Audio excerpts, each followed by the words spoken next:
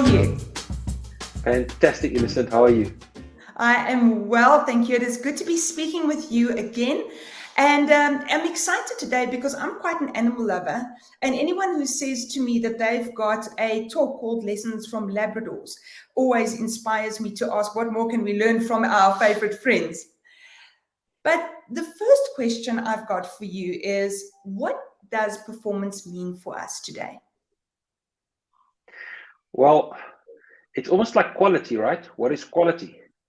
I read somewhere that quality is when you meet or exceed spec. So which car is higher quality, a Rolls Royce or a Toyota? And you think instinctively it's a Rolls Royce, right?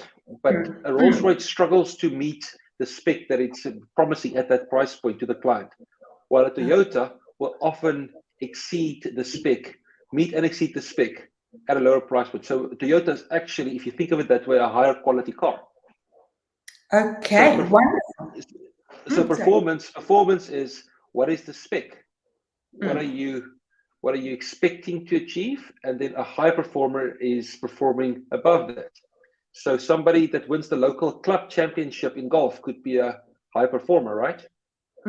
Or is it somebody that's won the national championship, or is it someone that's won the Masters? They're all high performers. It depends on where the spec sits. So I really love that. How does that translate in a business environment to junior and more senior team members?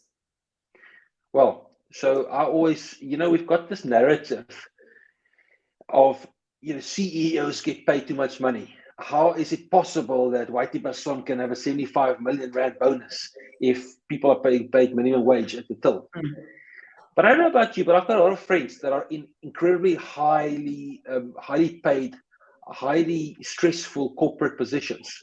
And their biggest single challenge is embracing the genius of the and, as Jim Collins puts it, is embracing that dichotomy of, I have to look after my staff, I have to give the shareholders maximum return, and I need to make sure that my suppliers are happy. They have to balance all of these interests. It's a super hard job. Plus enough time with your kids. Plus, not let work. Like a high performer is somebody that's figured out how to embrace the dualities and the complexity of leadership and of satisfying a bunch of different needs. And so the higher you go, the better you get at it. Like people that go very high have become really, really good at balancing out all of those needs. So I hear where you're coming from. What does this mean for junior performers? Because obviously, junior team members, because obviously we often hear, oh, this person is lazy, they're not committed, they are entitled. What does this mean for them? Well, I'll tell you what, everybody needs to figure out their own victory condition. So, you have worker bees, and you have people that want to be in management, right? And the worst thing you can do for someone is put a worker bee that's a great worker and say, now you're such a great worker, I'm going to turn you into management. That old chestnut, right? And then you ruin it for everybody. Yes. So again, the leadership challenge is to understand where people have higher levels of performance available to them, and then not to just expect that of them, but to give them all the resources, tools, and frameworks to get there.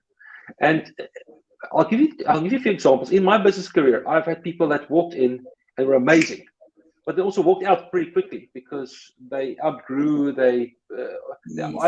the position, or they're good at everything, and this is what they were doing. Then there are other people that took a lot longer to get to high performance, coaching, frameworks, like really working with them. But they would stay forever because they found their niche, and it was almost that thing of a little bit more time and investment. But then you also have somebody that sticks around for a long time because you've put in the time, and they. Do you know what I'm saying? Am I being clear on this? So a high performer walks in, rocks out, and then walks out pretty quickly too. Yes. And that's, so high performance can also come from, you can turn not low performance, but you can coax and coach high performance out of a lot of people that are actually new performers if you put them in the right place, give them the right momentum and the right structure around them. Okay, so we don't have to go into this process or go through this thinking, if I understand you correctly, that someone, especially someone who's fairly new to business or new to the world of work, is necessarily lazy, write them off. Disinterested, write them off. We can see if we can connect with them in a way that makes sense and extract that high performer and show them what that high performer can be, at least, instead of just writing someone off. Well, it's easy to write someone off, and I have, you have, like that's an easy play. But Jim Collins has done an enormous amount of research around this, right? And in his prognosis is from all of these companies that have performed well over time in good to great is you get the right people on the bus and then figure out where they must sit. But you have to figure out where they must sit. If you put a great marketing person into an accounts admin heavy position, you're setting them up for failure, and vice versa. So a lazy person might just be sitting in the wrong seat. They might also just be a lazy person, right? Somebody's kid that they ask for a job and they come in and they're just entitled and lazy. You can actually go Mr. Miyagi on their ass and try to get them to sand the floor and get them to be the best version of themselves. But again, patience and all of that, or they're just a lazy person and you show them the door. And both things can happen. I don't think people are inherently bad people, but anybody will be lazy. Like anybody will appear lazy within structures.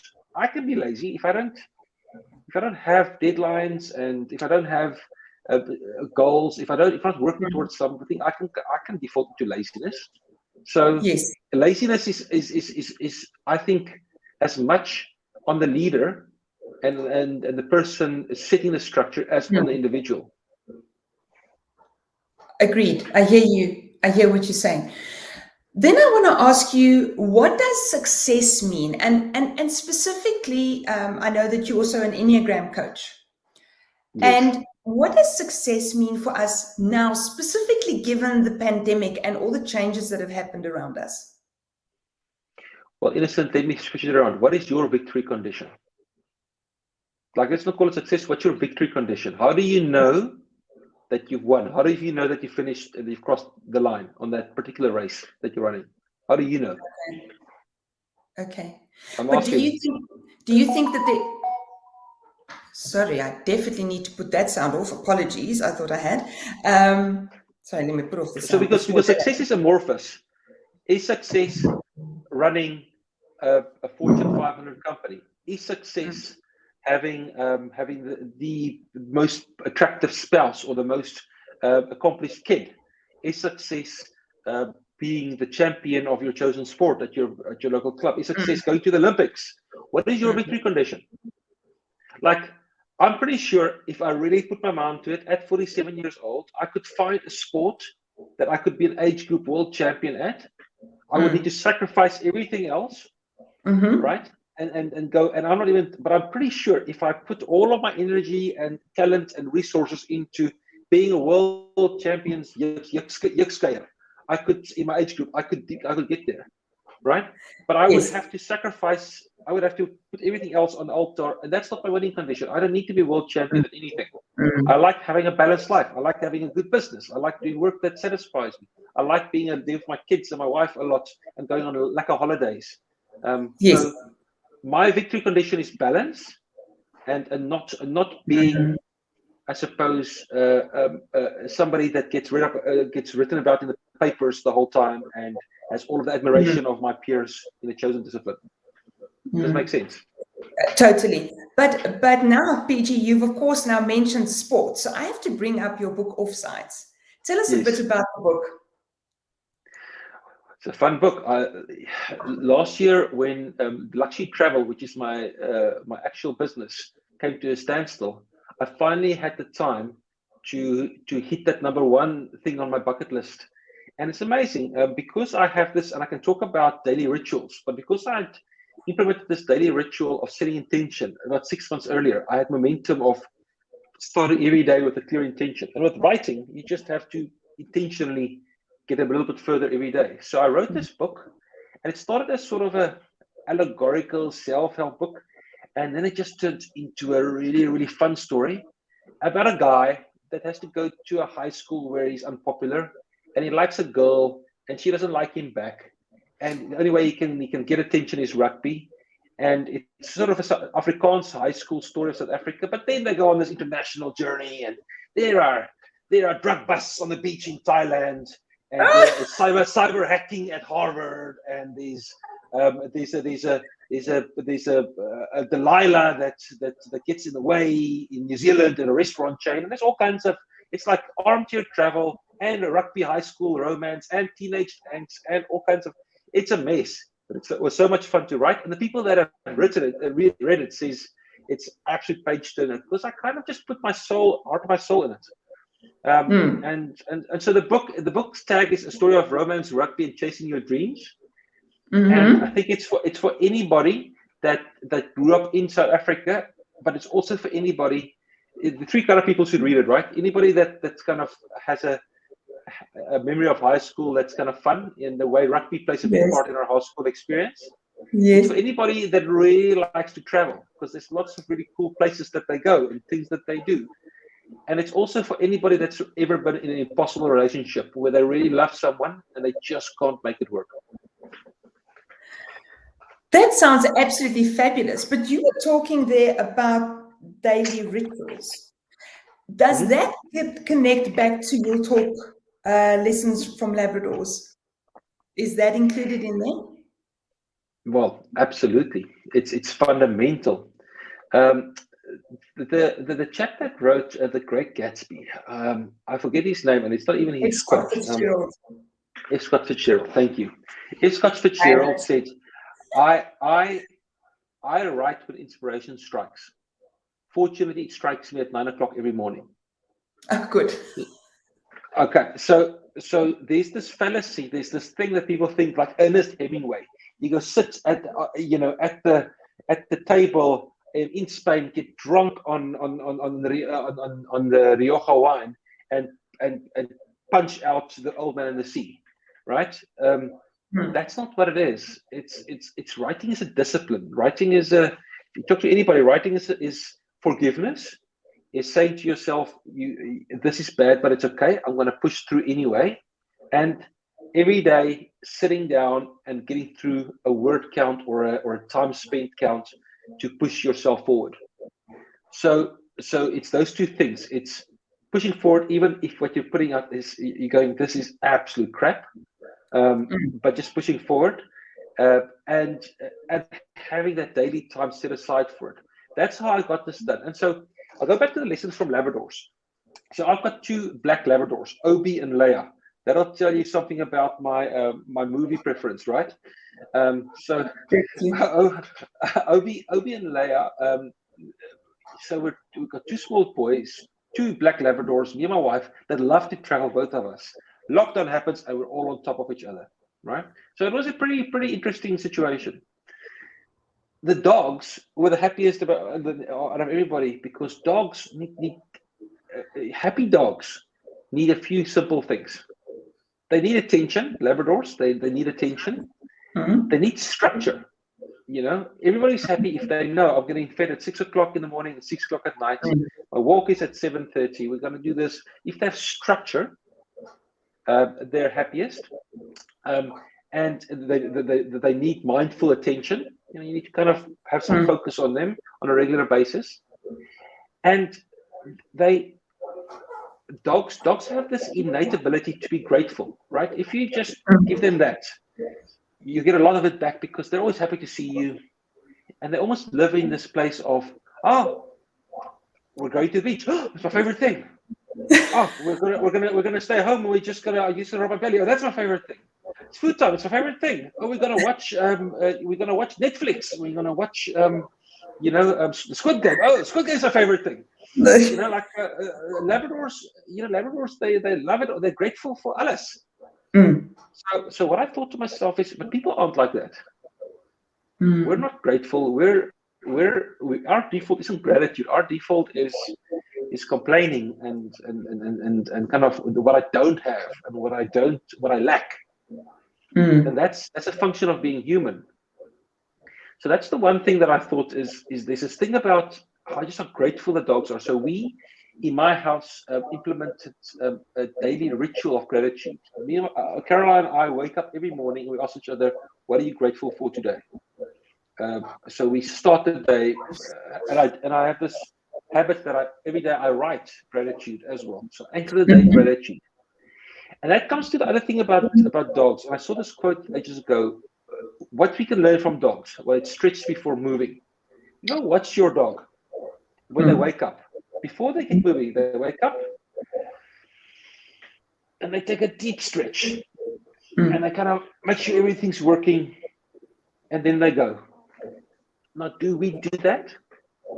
Like after we wake up, do we stretch before moving, or we just kind of, after we grab the phone, we just go straight into doing? Physically and mentally, do we mentally stretch before we tackle something important? Do we mentally stretch before we tackle a hard conversation? Do we mentally stretch before we tackle, if I want to deliver a keynote, do I mentally stretch before I tackle the keynote? Do I mentally stretch? We would, if we've got like a big presentation, we would mentally stretch in terms of preparation. But right before we go into that talk, you have a mental stretch. You quiet your mind, you take some deep breaths, you just kind of get to a point of stillness. We don't really, right? It's not a habit that we have. Right now, I'm doing an intermittent fasting course, and the biggest thing about this course has been the guy said, turn off the TV, turn off all of your, because I'm an Enneagram 7, so I like to eat, listen to a podcast, play with my kids, and feed the dogs all at the same time. Yes. Just stop it. Take 5 minutes, sit at a table with cutlery and eat your meal. Don't stand eating it. Don't do it while you're doing something else. Enjoy the food. Be mindful. It's one of the hardest things that I'm doing right now is just actually taking the time instead of just guzzling whatever is happening here while I'm doing something else. So the lessons from Labradors was the idea of stretch before moving. So every day now I take time in the morning to mentally and emotionally stretch. Meditation, reading something positive, turn off the phone until I've done all of this, and journaling. And the journaling part, has been, it's writing down gratitude, writing down intentions for the day, and then just free writing sometimes, like developing characters for the book, thinking about stuff that's landed for me, just free journaling, and that habit of writing every day. I was doing that for 6 months. So when lockdown started, I said, I want to try writing a book again. Yes. Almost it was easy because I was stretching every day. It's almost like I'd become flexible. My body had become more able to do this. So that lesson, gratitude and stretch before moving, and what I call gratitude is, I call it filling the tank. If you fill the tank every day, right, you've got lots of fuel there to go into tough situations in, and anchor in the right way. So that's kind of what the talk is about, is how what that looks like. And then the last thing was cadence is key, right? So that's the other lesson is, and I talked about it at the very start, it's a structure. It's the structured sort of every day you go that 500 words. So it's about establishing a rhythm. Yeah, you got to almost do it every day, have a routine, have a ritual, and that's what also makes for a happy dog, is like set routines, set rituals. So even though I like to be flexible and free, I think there's a lot more to be said for having a very, very sort of rigid ritual, and then intentionally breaking out of it, as opposed to just letting life happen, right? So you're very sort of rigid about how you spend your day, but because you're rigid, you know exactly when and where you can kind of break out of that, depending on what happens. Make sense? Totally. But so, Pieter, I've got an interesting question for you, because I'm also a 7 on the Enneagram. And I'm sure we're going to have someone viewing this going, but I'm not a structure and routine person. It really kills me. Now, we have different personalities and we all come from different places. What do we say, or how do we help someone who really battles to create that structure? Do you have a couple of tips on how they can get going with this? So, Innocent, have you read or listened to Matthew McConaughey's book, Green Lights? No. It's magic. So Matthew McConaughey has got the sexy Texan roll. It's got this I interesting, need interesting cat. exactly what you're talking about. Yeah, it is a very interesting cat, and it's a great book to listen to. And what I can absolutely attest to in terms of that book is there's a few nuggets, but I'm going to tell you about one. So Matthew McConaughey, and people say, well, I don't know if I can get that much out of the book because he's always been an attractive guy and he's charming, and it almost feels like life happened to him quite easily. True, he was genetically gifted, but he also had to do some work, right? He says he got this one role easily enough. Then he goes to Hollywood and he wants to be a movie star. Nobody wants to hire him. And his agent says to him, you're wanting it, you're needing it too much. You have to want it, not need it. Go back and come back when you want it, not need it. Which I think it kind of translates to relationships. It translates to anything. If you're needing the job, right? People are like, well, like I can't, I'm not going to hire you because you need a job. If you want the job, right? Because I'm right for this job. That's something different. So that's the one thing he said. He said the guy says, so he says, and he went off, two buddies, they took motorbikes out onto the Autobahn in Germany. I don't know if you've ever been to Germany. The Autobahn, there's no speed limit. It's one of the world's busiest roads. It's crazy. It can actually be very slow on the weekends in ski season, but it's a very, very busy, very fast motorway. And he says he goes off at the Autobahn with motorbikes with his two buddies for like a month, comes back, and now he's figured out how to want it, not need it.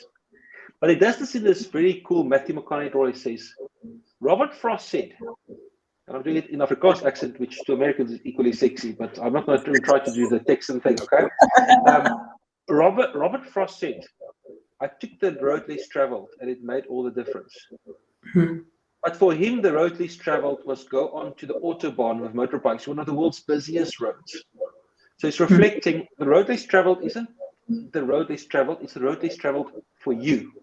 It's the road less traveled for you. So introverts go out to the party. Extroverts every now and again stay home and read a book. And it really landed for me because I think it's really important to lean into your strengths, to understand what you're good at, what you're not good at, and to really leverage off your strengths and to surround yourself with people that make up for your weaknesses. But at the same time, you don't want to just accept your weaknesses. You don't want to accept the things that, like, there's a part there, Enneagram, this integration piece, which is, I don't like this because of that. Well, there's a way to work with that. So if somebody says to me, well, I just don't like structure, I said, well, okay, cool. So you can accept not liking structure and not have structure, but that will limit you. That will limit you because without structure, you are susceptible to other people's structural behavior. So I don't have any structure. I just kind of go with the flow. So it so happens that you and me want to go off on a weekend in 6 months' time, and because I'm not structured, I say, sure, I'd love to go on a weekend with you. And we booked this weekend. We're all excited. And he said, is that weekend good? I said, yeah, that weekend is good. And because I'm not structured, a month before the time, I realized I've also got an important conference, or in my case, at the start of the year, I put in all the important cycle races I want to do, my kids' birthdays, weekends away with my wife. I put in all of that stuff first. We can always change the dates, but then I know when somebody wants to arrange something else with me, I have these. I'm structured. So you're not structured. So you become susceptible to my schedule because I'm structured. Okay, with you. Yeah, and so if you're not going to be structured, just understand what that means. That means that you're going to break promises because you make promises to multiple people and you forget who you made promises to, or you make a promise, but there's something else that's more important that comes up and you can't keep that promise. Right? And that breaks trust. That makes you less effective. So if you're okay with that, then that's fine. But if you want to be the best version of self, it's better to live the fullness of life, right? The fullness of life comes from this weekend is the Cape August, that weekend is my kid's birthday, then there's Easter, then it's that, I've got all these. So that weekend, we can go away on a weekend, but, and they go, sure, that weekend works, but now you've put it slotted into the gap that you've got, instead of, oh shit, I forgot, I can't make that weekend. And you know that person. You know the person who always goes, I forgot, I can't make that weekend. Yes, I'm with you. I'm with you. When I say to you, I can't make the weekend, it's because I'm so sorry, Innocent. I know I've committed, but something's come up, right? And I do need to prioritize that, and I apologize. And then I have a rule, structurally, I will do that to you once. And that's it. The next time I commit to you, next time something more important comes along, I say, I'm so sorry, but I would love to be there, but I can't because I've made this commitment. If our relationship is important to me, and if I cancel you again, I'm basically writing off your trust as a choice. Yes. Okay.